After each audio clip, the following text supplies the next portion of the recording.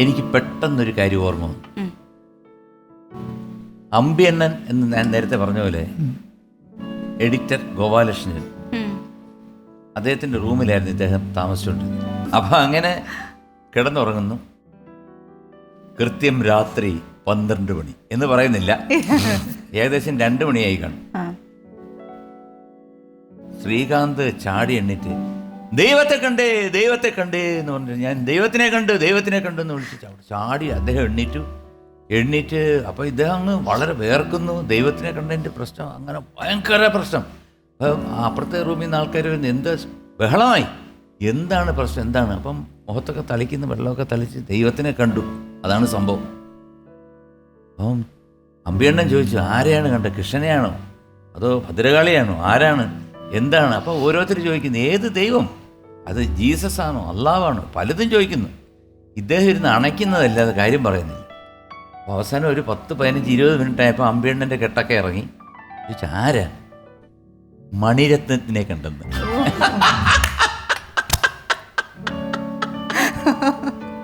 അവര് അമ്പിയണ്ണൻ എന്ത് പറഞ്ഞെന്ന് എനിക്കറിഞ്ഞില്ല, ബാക്കിയുള്ളവർ എന്ത് പറഞ്ഞെന്നുള്ള ഇദ്ദേഹത്തിന് മാത്രമേ അറിയാവൂ.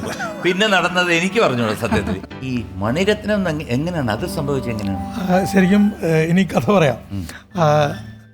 കഥയല്ല നടന്നത്. അതെ, മൂവിയോളയും സ്റ്റീം ബെക്കുമൊക്കെ അന്ന് ഉപയോഗിച്ചിരുന്ന കാലത്ത് ഇരുവർ സിനിമയുടെ പോസ്റ്റ് പ്രൊഡക്ഷൻ നടക്കായിരുന്നു.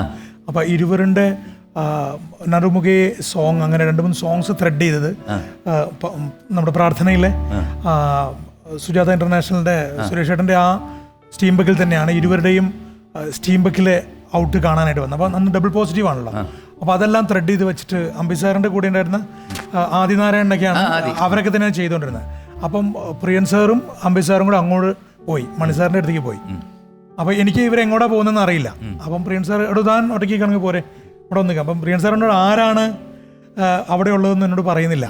സ്വാഭാവികമായിട്ടും മദ്രാസിലേക്ക് സിനിമയും ആഗ്രഹിച്ച് പോകുന്ന ഒരാൾക്ക് കിട്ടാവുന്നതിൽ ഏറ്റവും വലിയ ഭാഗ്യമാണ് മണിരത്നത്തെ പോലൊരു സംവിധായകനെ അന്ന് കാണുക എന്ന് പറയുന്നത്.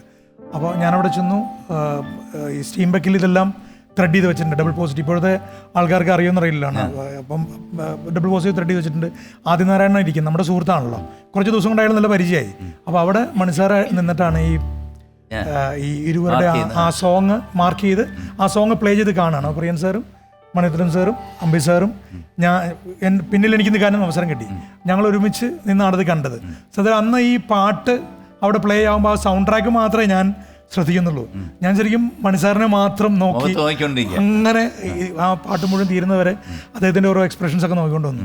പ്രിയൻ സാർ തൊട്ട് ഇപ്പുറത്ത് ഇരിക്കുന്നുണ്ടായിരുന്നു. അപ്പോൾ അതിന് ശേഷം ഇതെല്ലാം കഴിഞ്ഞതിന് ശേഷം എല്ലാവരും മാറി. എനിക്ക് പ്രിയൻ സാർ ഇരിക്കുമ്പം അംബിസാറിനോട് ഇത് പറയാൻ പറ്റില്ല.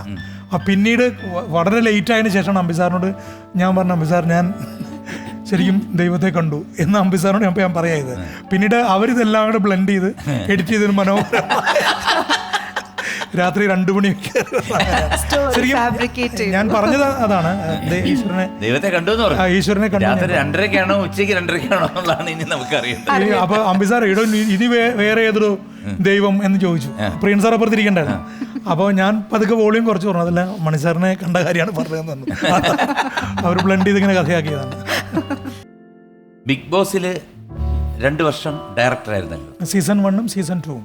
അപ്പൊ ആരുടെയെങ്കിലും ജാൻ ആണോ ശ്രീകാന്ത്?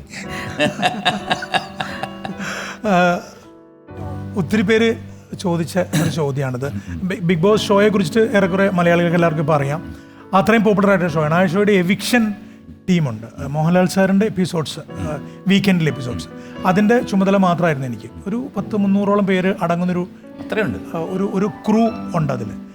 ബിഗ് ബോസ് വീടിൻ്റെ അകത്തുള്ളവരെ കുറിച്ച് മാത്രമേ നമ്മൾ അറിയുന്നുണ്ടെങ്കിലും 24 മണിക്കൂറും ഏതാണ്ട് 100ഓളം ദിവസം 120ഓളം ദിവസം വർക്ക് ചെയ്യുന്ന ആൾക്കാരുണ്ട്. അതിലൊരാൾ മാത്രമാണ് ഞാൻ.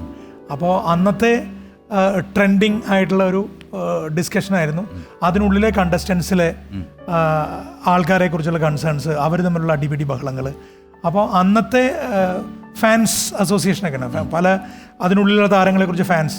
അതിലൊരു ഫാൻ ഉണ്ടാക്കിയ ഒരു കഥയിലെ ഒരു പോയിന്റാണ് ഈ പറഞ്ഞത്. ആര്യ എന്ന കണ്ടസ്റ്റൻ്റ് ഉണ്ടായിരുന്നു. അതിൽ വളരെ നന്നായിട്ട് പെർഫോം ചെയ്ത ഒരു കണ്ടസ്റ്റൻ്റാണ്. അപ്പോൾ ആ കണ്ടസ്റ്റൻ്റ് അതിനുള്ളിൽ പറഞ്ഞ കഥയിലെ ഒരു കഥാപാത്രമാണ് ഈ ജാൻ എന്ന് പറയുന്നത്. അപ്പോൾ അത് എവിക്ഷൻ്റെ ഡയറക്ടറായിട്ട് എവിക്ഷൻ ടീമിൽ ഞാനുണ്ടെന്ന് അറിഞ്ഞപ്പോൾ ഏതോ ഒരു മിടുക്കൻ അതൊരു ന്യൂസാക്കി ഒരു ട്രോളാക്കി വിട്ടതാണ്. ഞാനാണെന്ന് വരെ പറഞ്ഞവരുണ്ട്. അപ്പോൾ അതിനകത്ത് തെറ്റിദ്ധരിച്ചു, അതായത് ആര്യ ശ്രീകാന്തുമായിട്ട് റിലേഷൻ ഉണ്ട്, ബന്ധമുണ്ട്, അതെ, എന്ത് തെറ്റിദ്ധരിച്ചു. ആ സമയത്ത് അത് വലിയ ഡിസ്കഷൻ ആയിരുന്നു. അപ്പോൾ ആദ്യം അത് കേൾക്കുമ്പോൾ നമുക്കും അല്ല അങ്ങനെ വല്ലതും ഉണ്ടായിരുന്നു. ഞങ്ങൾ തമ്മിൽ കണ്ടിട്ട് പോലുമില്ല.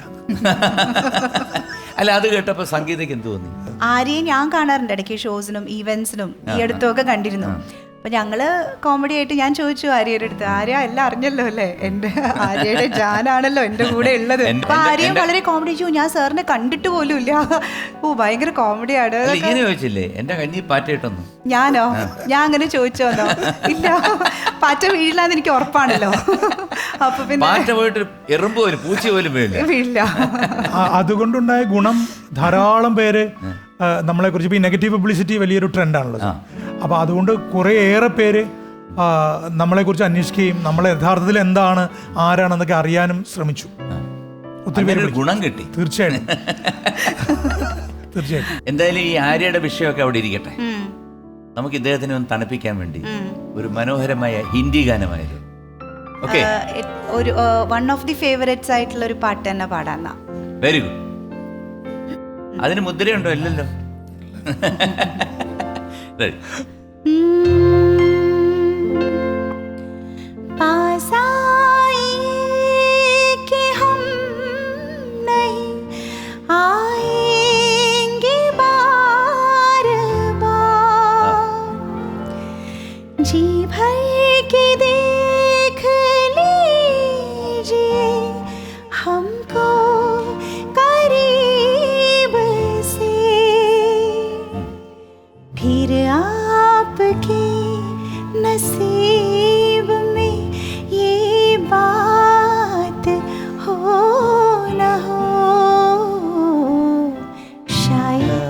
फिर इस जन्म में मुलाकात हो ना हो,